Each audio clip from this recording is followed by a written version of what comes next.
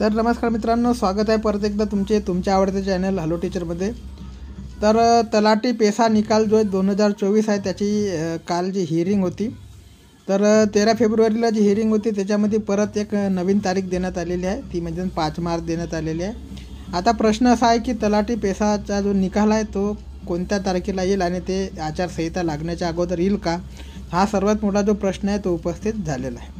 जसे तुम्ही जाणता तलाठी पेसा निकाल करता जी पहिली तारीख होती मित्रांनो ती होती 28 नोव्हेंबर।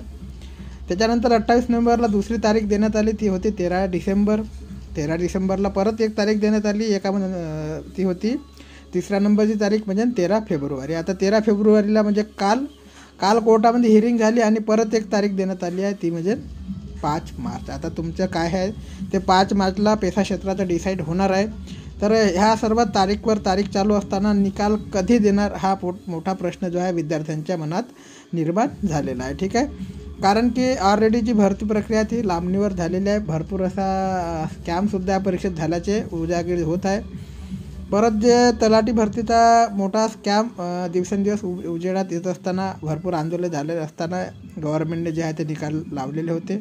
आता त्याच्याकरता जे पेसा क्षेत्राचं जे प्रोसेस आहे ते रखडली। आता त्या पेसा क्षेत्राच्या रखडलेल्या प्रोसेससाठी परत एक तारीख मिळाली आहे, ती आहे 5 मार्चची तारीख। आता याच्यानंतरसुद्धा तारीख मिळते का हे बघणं महत्त्वाचं आहे।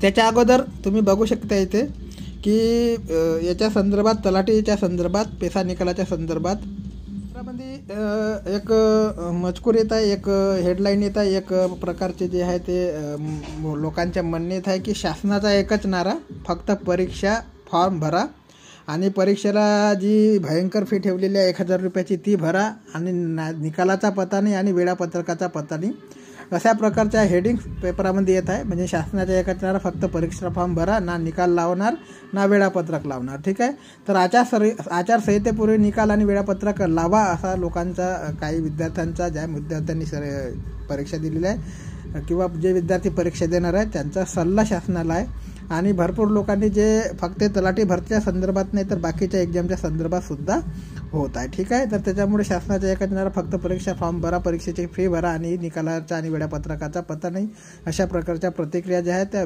लोकांच्या उजागर होत आहे। याच्यानंतर परत एकदा बघा तुम्ही शकता मित्रांनो की आज छत्रपती संभाजीनगर येथे आयोजित करण्यात आलेल्या राज्य तलाठी संघाच्या राज्यस्तरीय अधिवेशनात महसूल विभागातील गाव पातळीवर कार्यरत असलेल्या तलाठी या पदामध्ये बदल करून ग्राम महसूल अधिकारी या नावाला तत्वत्वा मंजुरी देण्यात यश असल्याचे जाहीर केले। ते कोणी केले? राधाकृष्ण विखे पाटील यांनी। ठीक आहे, तर म्हणजे निकाला नावं बदलवण्याकरता जी आहे ती तत्परता जी प्रमाणात दाखवली जात आहे ती भरतीकरता दाखवली जात नाही, निकालाकरता जात नाही, अशा लोकांच्या प्रतिक्रिया व्यक्त होत आहे। ठीक आहे, तर आतापासून म्हणजे जे नाव बदलणार आहे तलाठीचं ते नाव बदलून जे होणार आहे ते होणार आहे ग्राम पातळीवर महसूल अधिकारी या नावाने तलाट्याला ओळखले जाणार आहे। तर अशा प्रकारची ही तलाट्याची अपडेट आहे मित्रांनो।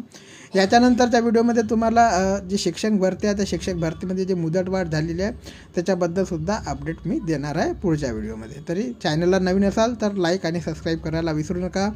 जय हिंद, जय महाराष्ट्र।